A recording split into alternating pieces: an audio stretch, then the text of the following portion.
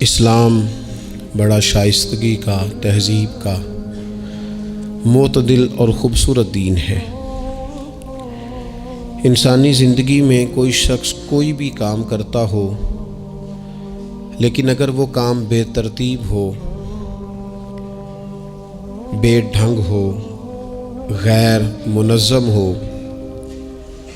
تو اس کام کا سارا حسن ضائع ہو جاتا ہے۔ اسلام یہ چاہتا ہے کہ ہر کام ترتیب سے کیا جائے، مرتب کر کے کیا جائے، منظم انداز سے کیا جائے۔ انسان اپنی زندگی میں عبادت سے لے کر تجارت تک اپنی زندگی کے ہر شعبے میں نظم و ضبط کا مظاہرہ کرے۔ اگر چیزیں نظم و ضبط سے ہٹ جاتی ہیں، قاعدے سے ہٹ جاتی ہیں، تو کوئی بھی کام ہونے کے باوجود بھی لطف نہیں دیتا، فائدہ مند نہیں ہوتا۔ ہم یہ دیکھتے ہیں کہ مسلمانوں نے بہت ساری چیزوں کو بے ترتیب کر لیا ہے۔ ہماری زندگیوں میں ہر چیز ہے، نظم و ضبط نہیں ہے، وقت کی پابندی نہیں ہے، وقت کی قدر نہیں ہے۔ روزمرہ کے معاملات کے اندر ہم اپنے معاملات کو ترتیب سے نہیں چلاتے۔ کبھی کوئی کام کرتے ہیں تو اسے کیے ہی جاتے ہیں، اعتدال سے ہٹ جاتے ہیں، اور پھر اسی کام کو اس طرح چھوڑ دیتے ہیں کہ جیسے کبھی کوئی لینا دینا ہی نہیں تھا۔ اس سے انسان ایک بھرپور زندگی نہیں گزار سکتا، وہ وقتی اور جذباتی فیصلوں کا قائل ہو جاتا ہے۔ اس کی زندگی کے اندر ہر چیز ایک مخصوص وقت کے لیے اور ایک مخصوص ٹائم کے لیے آتی ہے، اور ایک مخصوص ٹائم کے لیے وہ چیز وہاں سے رخصت ہو جاتی ہے۔ اس میں کوئی شک نہیں کہ ہم انسان ہیں، ہمارے اندر کمزوریاں ہیں، باوجود کوشش کے بڑی جگہوں پہ غلطیاں، سستیاں، کمزوریاں رہ جاتی ہیں۔ لیکن کچھ لوگ اپنے ذہن سے کوئی منصوبہ بندی کرنا ہی نہیں چاہتے۔ ہو جائے گا، اللہ کرم کرے گا، اللہ بڑا مہربان ہے، بھئی یہ ساری باتیں ٹھیک ہیں، لیکن اسی کریم رب نے کہا ہے صبح اٹھو، اسی کریم رب نے کہا ہے کہ وقت پر نیند پوری کرو، اسی کریم رب نے کہا ہے کہ ان الصلاۃ کانت علی المؤمنین کتابا موقوتا، فرمایا بے شک نماز مسلمانوں پر مقررہ وقت پر فرض ہے۔ اسے اپنی ترتیب سے، وقت کے حساب سے تم نے ادا کرنا ہے۔ یہ نہیں ہو سکتا کہ تم کہو جی میری آنکھ 9 بجے کھلتی ہے تو میں فجر 9 بجے پڑھوں گا، اس کا ٹائم 6 بجے ہے تو تمہیں 6 بجے ہی فجر پڑھنی پڑے گی۔ اپنے مقررہ وقت پر چیزیں جب تک نہیں رہیں گی تب تک رضا الہی کا حصول بھی ممکن نہیں ہوتا۔ ہم چونکہ غیر منظم زندگی گزارتے ہیں، بے ترتیب زندگی گزارتے ہیں، تو اس لیے بہت سارے کام جو کرنے کی ہم پوزیشن میں بھی ہوتے ہیں وہ کام بھی ہم سے ہو نہیں پاتے۔ ایک تو بہت سارا مسئلہ لوگوں کا یہ ہے کہ کل کر لیں گے، انشاءاللہ ہو جائے گا، آپ دعا کریں ہو جائے گا، آپ فکر نہ کریں ہو جائے گا۔ اس کا معنی کوئی نہیں نا، اس کا مطلب کوئی نہیں۔ آپ کیا کہہ رہے ہیں؟ آپ کہیں میں نے شروع کر دیا ہے، آپ دعا کریں۔ آپ یہ کہیں کہ میں نے پوری کوششیں لگا دی ہیں، آپ اچھی امید رکھیں اللہ سے، لیکن آپ سٹارٹ ہی نہیں کر رہے اور آپ کہہ رہے ہیں دعا کریں۔ یہ کیسے ہوگا؟ جب تک نظم و ضبط کا، آداب کا، حدود کا، قاعدے قانون کا پورا خیال ہی نہ رکھا جائے۔ حضرت سید فیض الحسن شاہ صاحب رحمۃ اللہ تعالیٰ علیہ فرماتے ہیں کہ ایک خاتون بڑی عجلت پسند تھی، جلد باز تھی، تو اس کا شوہر اس کی ان چیزوں سے بڑا پریشان تھا، جلدی میں آدھا کام کرتی تھی، آدھا کام خراب کر دیتی تھی، تو اکثر آ کے کہتی تھی دعا کریں بڑا مارتا ہے۔ اگرچہ اس کا مارنا پھر بھی درست نہیں تھا، لیکن وہ دیہاتوں میں آپ کو پتہ ہے نا، بعض لوگ بڑی جہالت کا مظاہرہ کرتے ہیں، اس قدر زیادہ شدت کے ساتھ تکلیف دیتے ہیں کہ جو بالکل نازیبا ہو جاتی ہے۔ ایک دن اس نے آ کے کہا کہ پیر صاحب کوئی سمجھاؤ، بڑا ماردہ ہے۔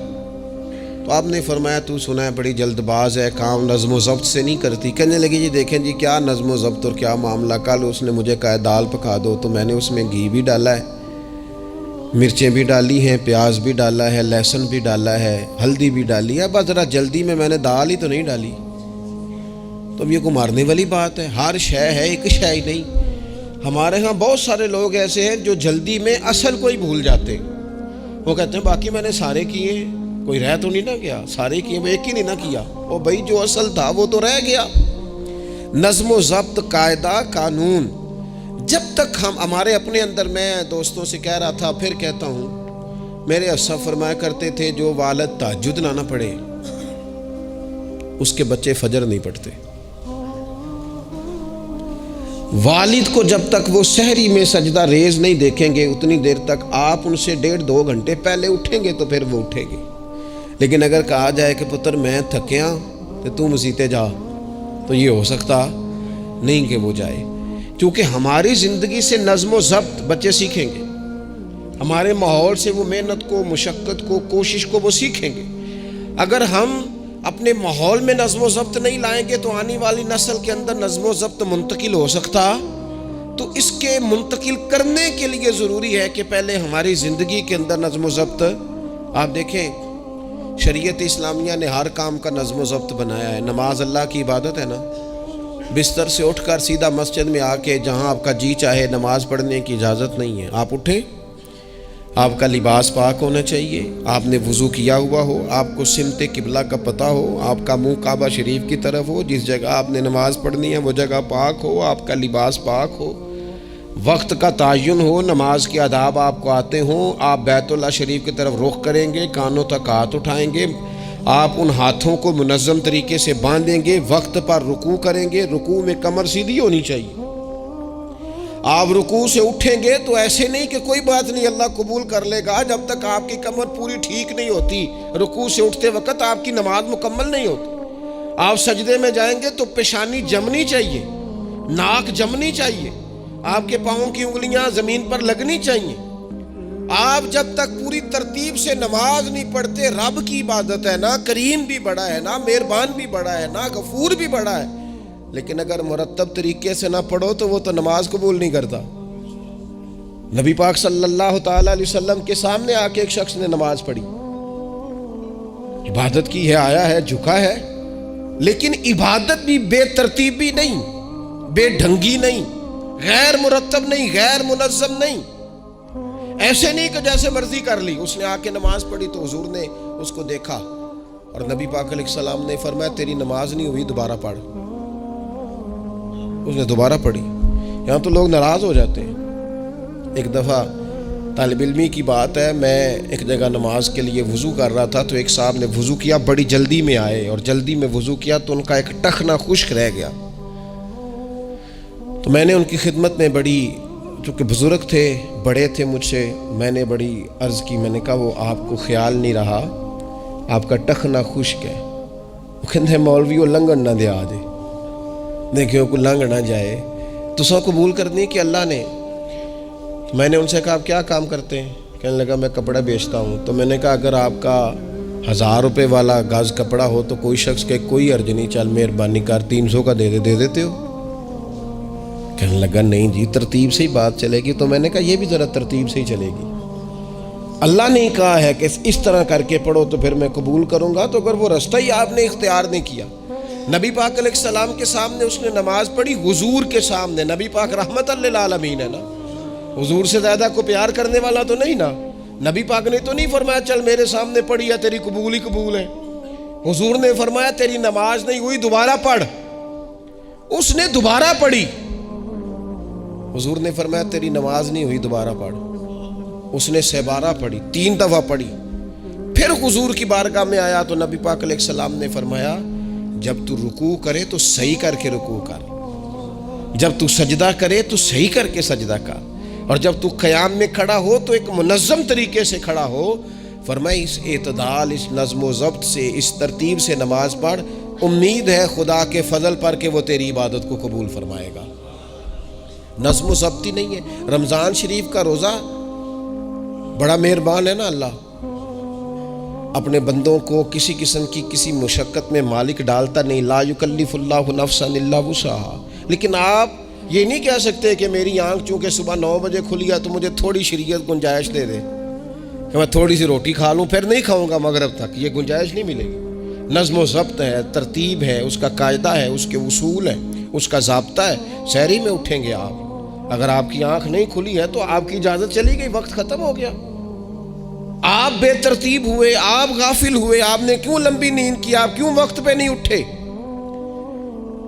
زکوٰۃ ہے، آپ کو ٹائم دیا گیا ہے کہ اضافی رقم آپ کے پاس ہو، آپ کے اخراجات سے زیادہ ہو، کس منظم طریقے سے زکوٰۃ فرض کی گئی ہے، اور یہ وہ نظم و ضبط ہے جس سے بندے کو تکلیف نہیں ہوتی. یعنی آپ کی ضروریات سے زیادہ مال ہو، اس مال کی قیمت 7.5 تولے سونے کے برابر یا 52.5 تولے چاندی تک پہنچ جائے، پھر وہ کل پہنچی ہے تو آج زکوٰۃ فرض نہیں، اس پر سال گزر جائے، پھر بھی وہ سارا نہیں دینا، اس میں سے 2.5% دینا. نظم و ضبط سے اللہ تعالیٰ نے توفیق دی نا جب بیت اللہ شریف کا حج کرنے کی. تو میں واپس آیا تو مجھے ایک طالب علم نے پوچھا، اس نے کہا کہ اس کا خیال تھا چونکہ اللہ کے فضل سے ہم خانقاہی لوگ ہیں تو بعض لوگوں کا خیال ہوتا ہے کہ شاید کوئی بہت انوکھی بات اور انفرادی بات ملے گی، تو خانقاہ شریف میں یا طریقت میں یا اہل تصوف میں باتیں انوکھی نہیں ہیں، باتیں روٹین کی ہیں. بس وہ یہ کہتے ہیں کہ ذرا ان کو درد سے ان پر عمل کرو، اپنے دل میں اس کا نفاذ کرو، روح میں اتارو. تو مجھے کہنے لگے آپ نے الحمدللہ حج کر لیا. تو میں نے کہا میں نے حج کیا ہے تو میں نے یہ رزلٹ نکالا ہے کہ حج بندے کو نظم و ضبط سکھاتا ہے، مرتب کرتا ہے انسان کی زندگی کو. آپ کو 8 ذی الحج کی زور پڑنی ہے، آپ کو ہر صورت میں مینا میں، آپ کو 9 کو ہر صورت زوال سے قبل عرفات میں آپ کو زوال کا وقت میں وہاں پہنچنا چاہیے، آپ کو کچھ نہ کچھ ٹائم وہاں گزارنا ہے. ایک منظم ترتیب ہے کہ مغرب کے وقت نکل آؤ، وہاں آپ نے نماز نہیں پڑھنی، آپ آ کے عرفات سے نکلیں، مغرب عشاء کی نمازیں مزدلفہ میں پڑھیں. آپ کو 10 کی صبح کو جا کے کنکر مارنے ہیں. آپ یہ نہیں کہہ سکتے کہ میں جناب 2 دن پہلے یہ کام ختم کر لوں. مقررہ ٹائم پہ جو 9 ذی الحج کو میدان عرفات میں نہیں جائے گا اس کا حج ہو سکتا، کیونکہ یہ ایک نظم و ضبط ہے، دین نے قاعدہ بنایا ہے. قاعدے کے بغیر آپ یہ کام کر سکتے؟ میں مصروف ہوں جی، مجھے سفر کرنا ہے، میں نے قربانی کرنی ہے تو 10 کو نہیں کر سکتا، میں 8 کو کر کے چلا جاؤں تو جاؤ، اللہ قبول ہی نہیں کرتا. قربانی اپنے ٹائم پہ مقررہ وقت پر. نظم و ضبط پوری عبادات اسلامیہ میں آپ دیکھ لیں، نظم و ضبط ہے، اصول ہے، قاعدہ ضابطہ ہے. وہ ہمارے یہاں کچھ لوگ نا درویشی کی بنیاد پر بھی جہالت پھیلاتے ہیں. وہ کہتے ہیں جی اسی درویش لوگ ہیں جی، ہم کسی نظم و ضبط کے قائل نہیں. اس کا کیا معنی ہوا جی؟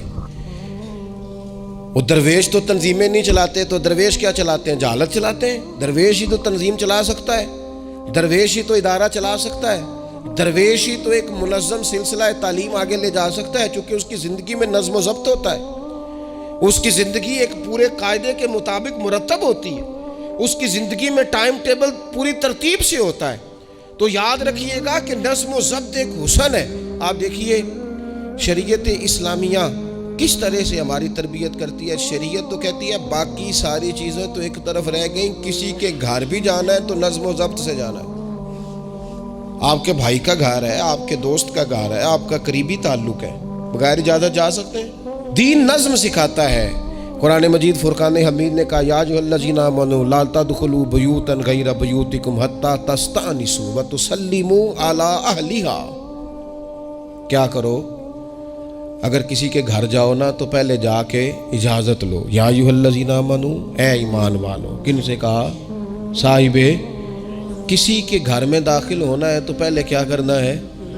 اجازت لینی ہے. اہل خانہ کو سلام کرنا ہے، اور اگر وہ اجازت نہ دیں تو پھر ان کے گھر میں داخل ہے. نبی پاک علیہ السلام 3 دفعہ دستک دیتے تھے، اجازت نہیں ملتی تھی تو لوٹ آتے تھے. جھگڑا کیا ہے؟ یہاں عام لوگ ناراض ہو جاتے ہیں، کہتے ہیں میں ملنے گیا سا جی تو مینوں ٹائم ملیا سی، آپ کے ٹائم کا نہیں میں نے خیال کیا. جب تک آپ نظم و ضبط نہیں سمجھتے، ترتیب نہیں سمجھتے. آپ دیکھیں نا نبی پاک صلی اللہ تعالی علیہ وسلم کے گھر کھانا تھا صحابہ کا، صحابہ نے کھانا کھا لیا.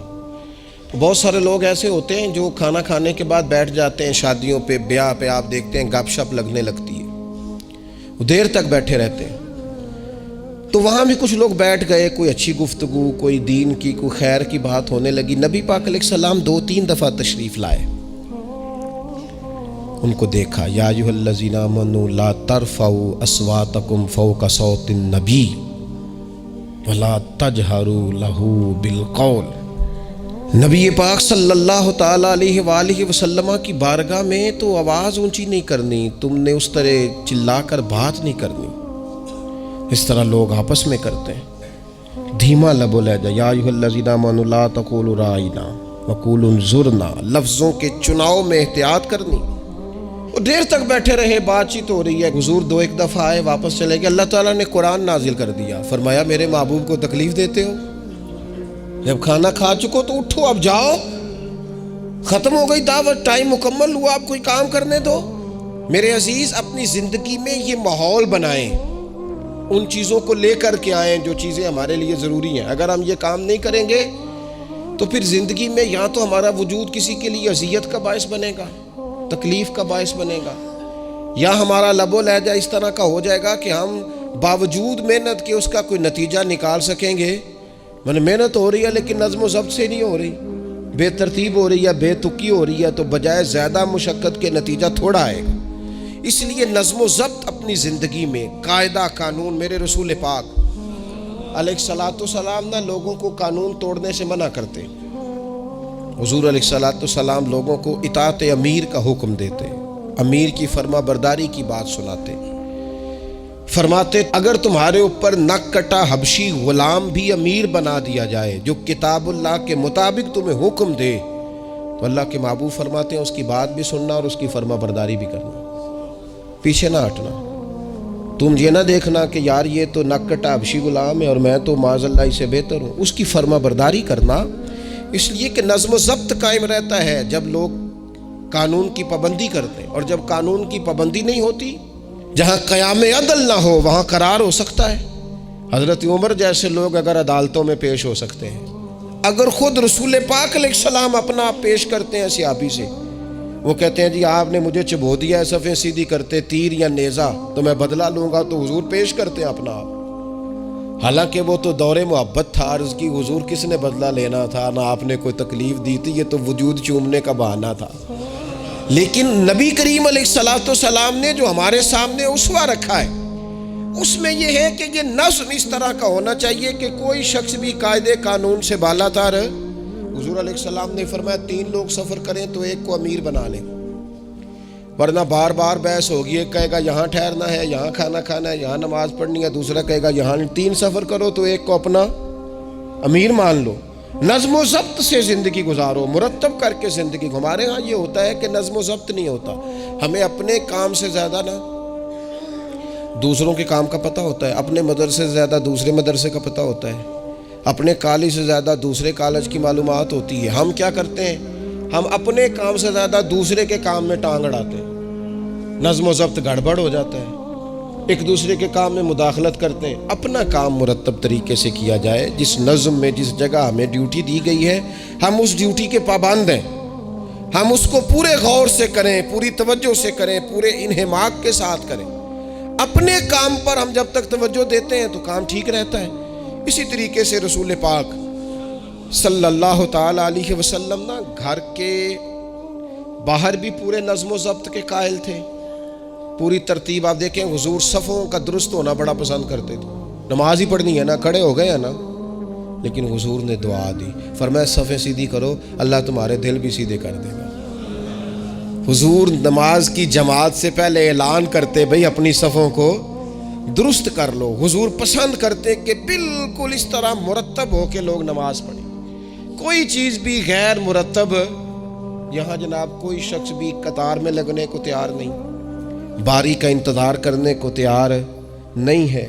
بینک میں ہمیں ذرا پہلے بلا لیا گیا تو ہم کہتے ہیں اللہ نے بڑی عزت دیتی ہے، اور پھر کچھ پروٹوکول تو بے جا ہے، سوائے تکلیف کے اور کچھ دیتے۔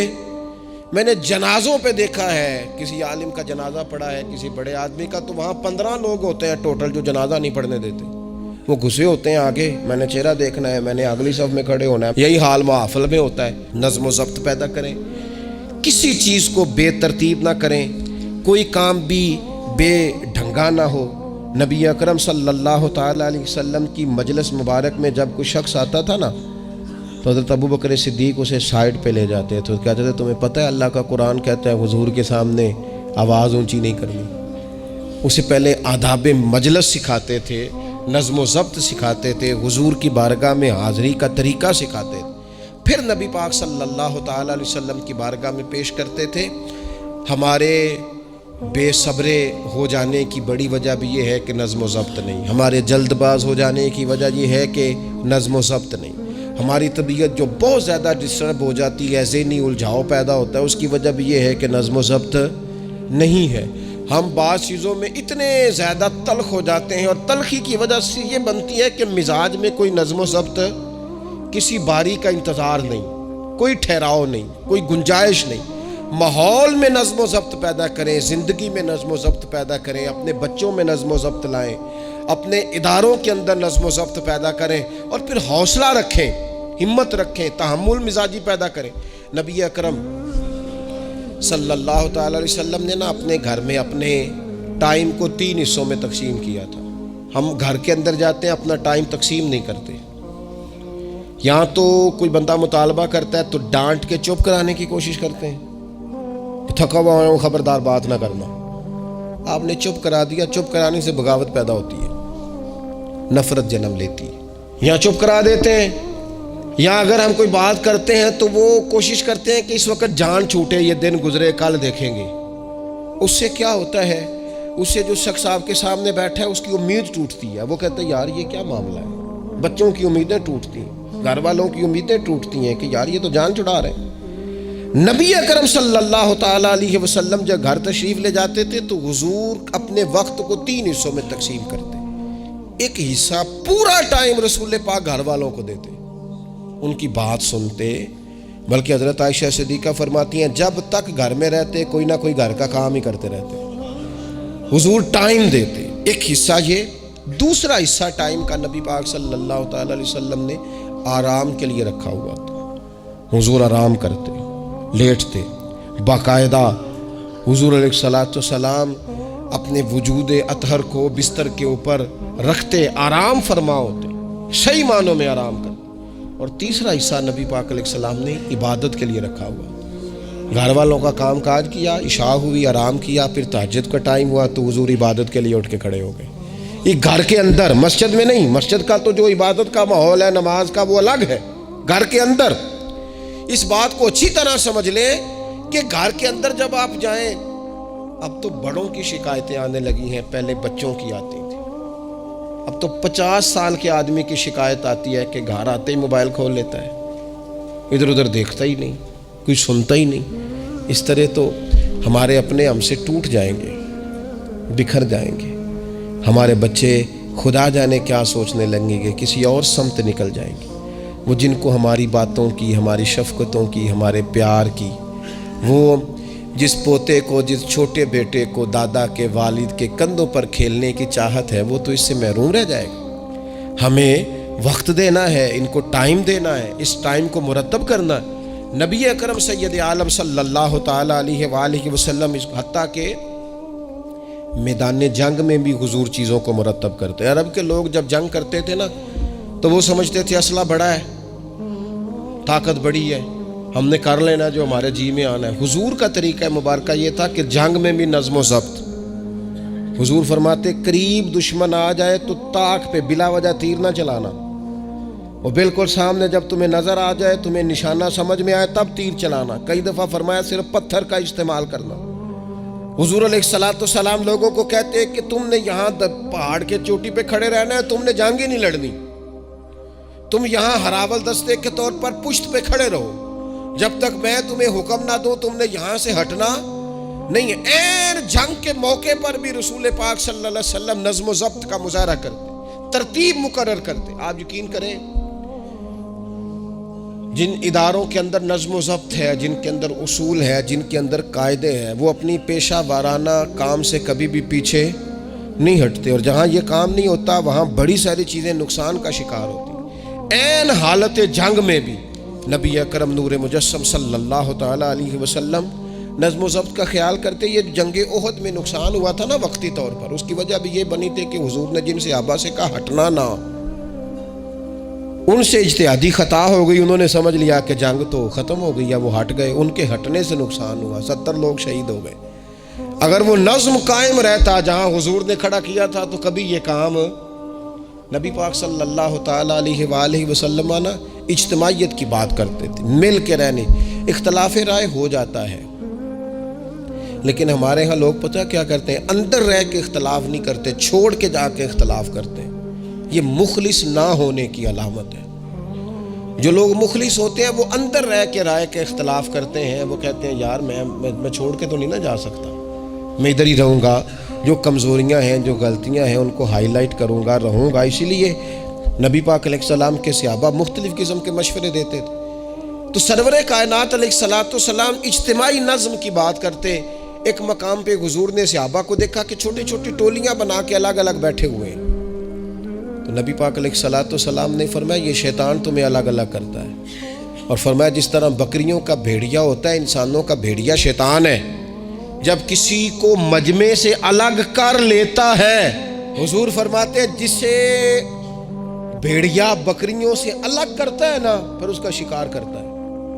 اور شیطان بھی جب تمہیں اجتماعیت سے الگ کر لیتا ہے، در مرشدہ چھڈی نہیں تے ہو جاویں گا روگی، جیڑی بکری اجڑوں وچھڑی او بگیاڑاں جوگی، او بگیاڑاں جوگی کھا جائیں گے، پھاڑ ڈالیں گے اسے۔